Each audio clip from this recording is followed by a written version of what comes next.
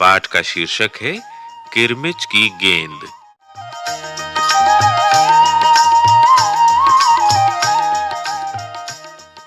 गर्मी की छुट्टियां थीं। दोपहर के समय दिनेश घर में बैठा कोई कहानी पढ़ रहा था। तभी पेड़ के पत्तों को हिलाती हुई कोई वस्तु धम से घर के पीछे वाले बगीचे में गिरी। दिनेश आवाज से पहचान गया कि वो वस्तु क्या हो सकती है। वो एकदम से उठकर बरामदे की चिक सरकाकर बगीचे की ओर भागा। अरे अरे बेटा, कहाँ जा रहा है? बाहर लू चल रही है। दिनेश की मां मशीन चलाते चलाते एकदम जोर से बोली, परंतु दिनेश रुका नहीं। उसने पैरों में चप्पल भी नहीं पहनी। जून का महीना था। धरती तवे की तरह तप रही थी, पर दिनेश को पैरों के जलने की भी चिंता नहीं थी। वो जहां से आवाज आई थी उसी ओर भाग चला। सामने की क्यारी में भिंडियों के ऊंचे ऊंचे पौधे थे। एक ओर सीताफल की घनी बेल फैली हुई थी। क्यारियों के चारों ओर हरे हरे केले के वृक्ष लहरा रहे थे। दिनेश ने जल्दी जल्दी भिंडियों के पौधों को उलटना पलटना आरंभ किया।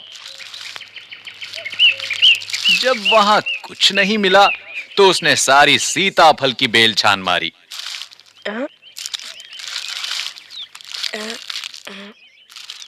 बराबर में ही घूस ने गड्ढे बना रखे थे। ढूंढते ढूंढते जब उसकी निगाह उधर गई तो उसने देखा कि गड्ढे के ऊपर ही एक बिल्कुल नई चमचमाती किरमिच की गेंद पड़ी है। आहा!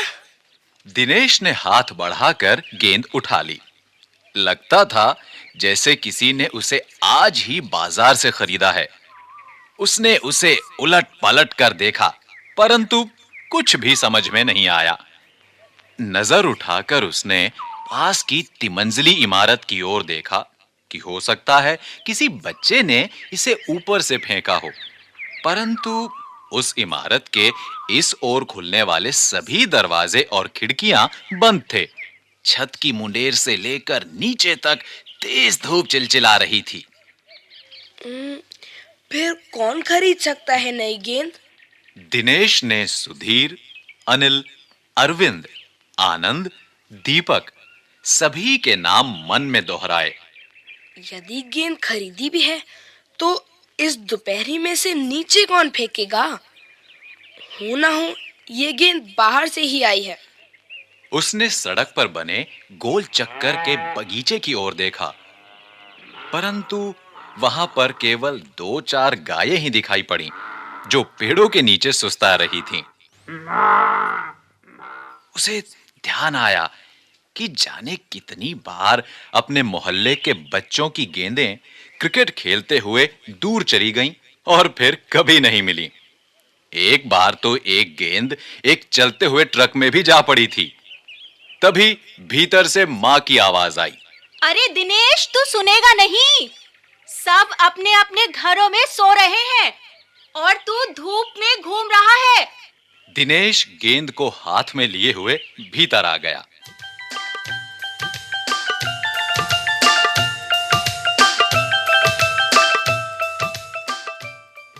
ठंडे फर्श पर बिछी चटाई पर वो लेट गया और सोचने लगा। भले ही गेंद मोहल्ले में किसी की ना हो, परंतु ईमानदारी इसी में है कि एक बार सबसे पूछ लिया जाए।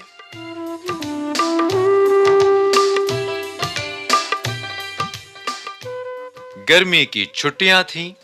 बच्चों ने खेलने की सुविधा को ध्यान में रखते हुए एक क्लब बनाया हुआ था। उस क्लब में सभी बच्चों के लिए बल्ले थे और गेंद खरीदने के लिए वे आपस में क्लब का चंदा देकर पैसे इकट्ठा कर लेते थे। शाम को सारे बच्चे इकट्ठा हुए। पहले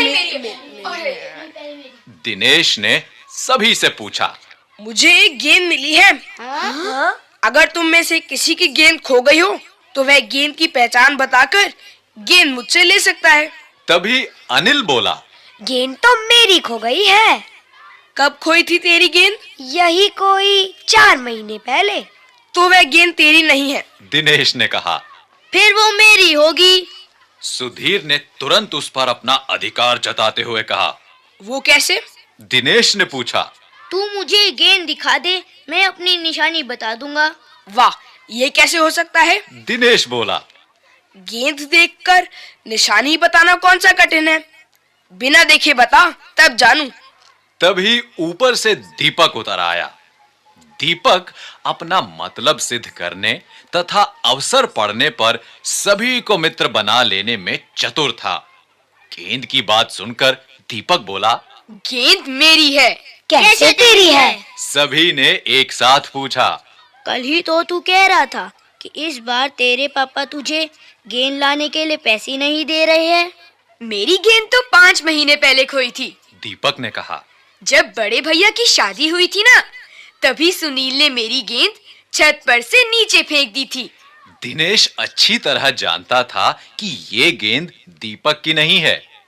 दीपक की गेंद 5 महीने पहले खोई थी और ये कभी हो ही नहीं सकता कि गेंद 5-6 महीने पड़ी रहे और उस पर मिट्टी का एक भी दाग ना लगे।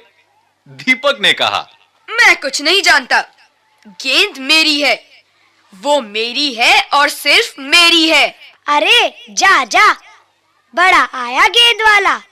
क्या सबूत है कि यही गेंद नीचे फेंकी थी? अनिल ने पूछा। दीपक ने कहा, हाँ, सबूत है। मुझे गेंद दिखा दो, मैं फौरन बता दूंगा। दिनेश ने देखा कि झगड़ा बढ़ रहा है। गेंद हथियाने के लिए दीपक सुधीर और सुनील का सहारा ले रहा है। वो जानता था कि यदि गेंद दीपक के पास चली गई तो ये तीनों मिलकर खेलेंगे। अच्छा, मैं गेंद ला रहा हूँ, परंतु जब तक पक्का सबूत नहीं मिलेगा मैं किसी को दूंगा नहीं। दिनेश ने कहा। गेंद आ गई। दीपक उसे देखते ही बोला, ये मेरी है, यही है मेरी गेंद। ये लाल रंग का निशान मेरी ही गेंद पर था। वाह, सभी गेंदों पर ऐसे ही निशान होते हैं। हाँ हाँ। अनिल ने दिनेश का साथ देते हुए कहा। दीपक ने फिर जोर लगाया। मैं अपने पापा से कहलवा सकता हूँ कि गेंद मेरी है। अरे जा, ऐसे तो मैं अपने बड़े भाई से कहलवा सकता हूँ कि गेंद दिनेश की है। अनिल ने कहा। कुछ भी हो, गेंद मेरी है। दीपक ने उसे धरती पर मारते हुए कहा।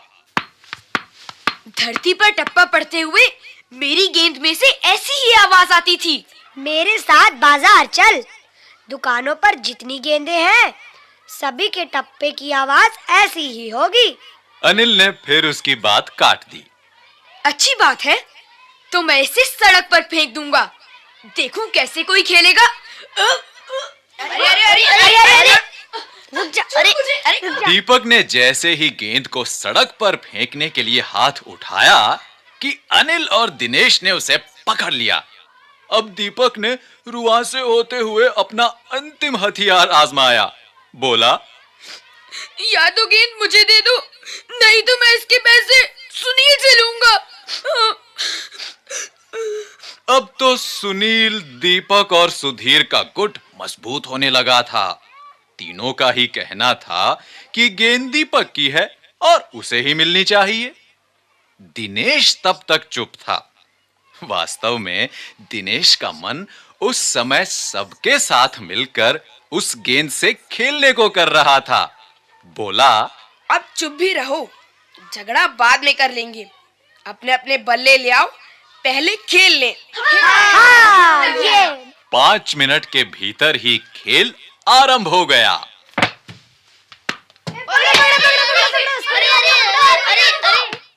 अभी 2-4 बार ही खेला था कि वो चमकदार नई गेंद एकदम जोर से उछली और दरवाजा पार कर सड़क पर जाते हुए एक स्कूटर में बनी सामान रखने की जालीदार टोकरी में जा गिरी। स्कूटर वाले को शायद पता भी नहीं चला। तेजी से चलते हुए स्कूटर के साथ गेंद भी चली गई। बच्चे पहले तो चिल्लाते हुए स्कूटर के पीछे भागे,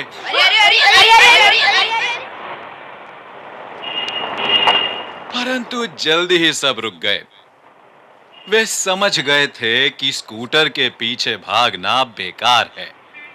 एक पल के लिए सभी ने एक दूसरे की ओर देखा और फिर सभी ठहाका मारकर हंस पड़े।